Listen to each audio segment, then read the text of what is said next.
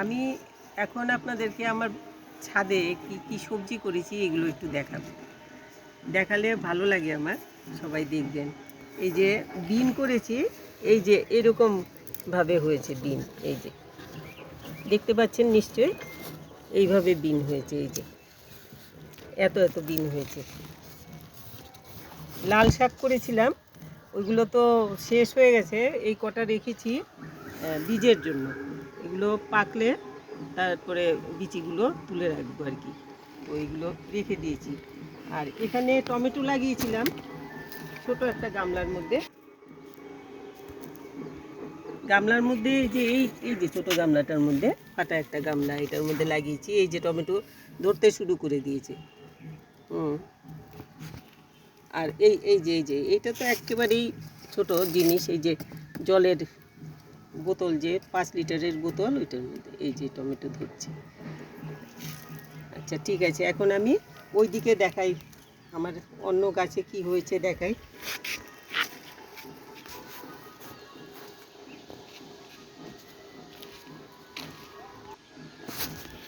তো এই যে এটা বেগুন গাছ, এটা তো বোধহয় আগে একবার দেখিয়েছিলাম না কি, মনে করতে পারছি না। এই যে বড় বড় বেগুন হয়, এটাতে অনেক বেগুন হয়, মধ্যে মধ্যেই আমরা পেরে নিয়ে খাই, আবার হয়। তো এক এক প্রস্ত নিয়ে গেলে আবার হয়। দেখতে পাচ্ছেন কেমন ভালো বেগুনগুলো, খুব ভালো, কিন্তু খেতে টেস্ট আছে ভালো। আর এখানে তো কুয়াশ গাছ লাগিয়েছি, এখনও গাছ তেমন শক্তিশালী হয়নি, ভালো হলে পরে তখন আমি দেখাবো। তারপর এখানে লাগিয়েছি পেঁয়াজ গাছ, এই সাইডে বাথুয়া শাক, বেথো শাক যেটাকে বলে, এখানে বলে বাথুয়া শাক, তো ওইটাও লাগিয়েছি একটু। এখানে পেঁয়াজ লাগিয়েছি। তো পেঁয়াজ পাতা নিয়ে আমরা ভাজা টাজার মধ্যে দিয়ে খাচ্ছি, বা পকোড়া টাইপের কিছু বানালে ওইটাতেও দিচ্ছি। পেঁয়াজ গাছটা কিন্তু আমার বেশ লাভজনক হয়েছে, কিন্তু এখন মনে হচ্ছে পেঁয়াজ গাছের এইগুলোতে, আমি তো তলায় কাঠের গুঁড়ো, তো ওপরে অল্প এতটুক মাটি, এখন ভাবছি এই ভেতরে ভেতরে একটু মাটি দিয়ে দেবো, নইলে গাছগুলো এই যে গুঁড়া বেরিয়ে যাচ্ছে। তো এই পেঁয়াজ পাতা আর এই মাথাগুলো শুকিয়ে যাচ্ছে, মানে ওরা পাচ্ছে না কিছু মাটি টাটি, এই জন্য এরকম হচ্ছে। আমি আজকেই দিয়ে দেবো মাটি। আর বেথো শাক তো নিয়ে খাওয়া হয়েছে, এগুলো হয়েছে আর কি। এখানে ধনে পাতা লাগিয়েছি, ধনে পাতা খেয়ে প্রায় শেষ। অনেক ধনে পাতা হয়েছিল, এটা ভর্তি ছিল, তো ফাঁকে ফাঁকে ওইখানে পেঁয়াজ জায়গা হয়নি, তারপরে এখানে দিয়ে দিয়েছি কিছু পেঁয়াজ। এই যে পেঁয়াজ। আরেকটা জিনিস করেছি আমি, এই যে গাজরের মাথা দিয়ে, এই যে গাজরের মাথাটা লাগিয়েছি, এখানে চারা হয়ে গেছে, এটার থেকে বিচি হলে রেখে দেবো আগামী সিজনের জন্য। এই জন্য এই গাজর গাছগুলো রেখেছি আমি। হ্যাঁ, এই যে চারা হয়েছে, এই যে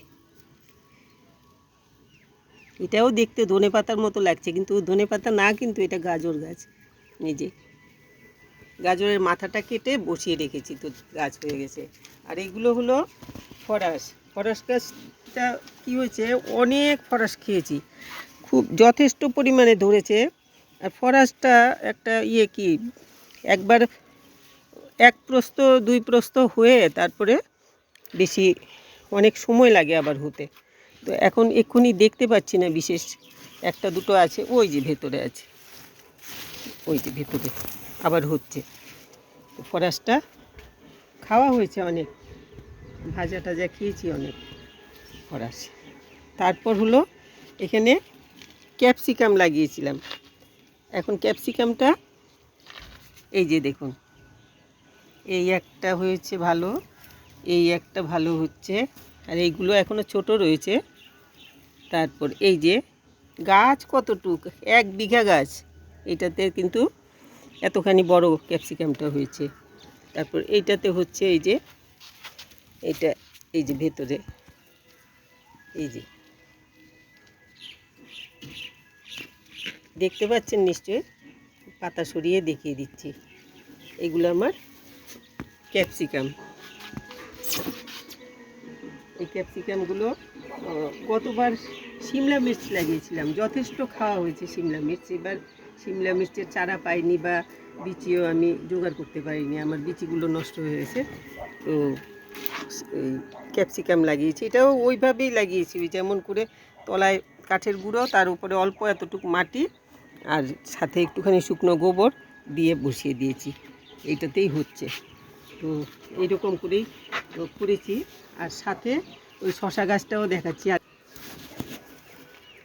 আগের একটা ভিডিওতে আমি শশা গাছটা দেখিয়েছিলাম, তবু এখন আরেকবার দেখিয়ে দিচ্ছি যে এটা ছোট্ট একটা শশা গাছ। এটাতে একটু অল্প মাটি আর শুকনো গোবর মিশিয়ে বসিয়েছিলাম। এই যে শশা হয়েছে, এই যে দেখুন এতটুকু গাছের মধ্যে এই যে শশা, এখানে দুটো ভেতরে আছে বড়, ওই যে তার ভেতরে এই যে এখানে আছে আরও বড়, এই যে এগুলো, এই যে শশাটা দেখা যাচ্ছে বোধহয়। আর ছোট ছোট তো অনেক আছে, এই অনেক শশা আছে ছোট ছোট। তো এই দেখালাম, এইদিকেও আছে, এদিকেও আছে শশা। শশা গাছটা কিন্তু বিশেষ একদমই যত্ন করিনি, ভেবেছি এটা তো কবে হবে, কি হবে, গাছ কবে উঠবে, কি হবে, এতটুকু গাছটার মধ্যে যে এইভাবে শশা ধরে যাবে আমি বুঝতেই পারিনি।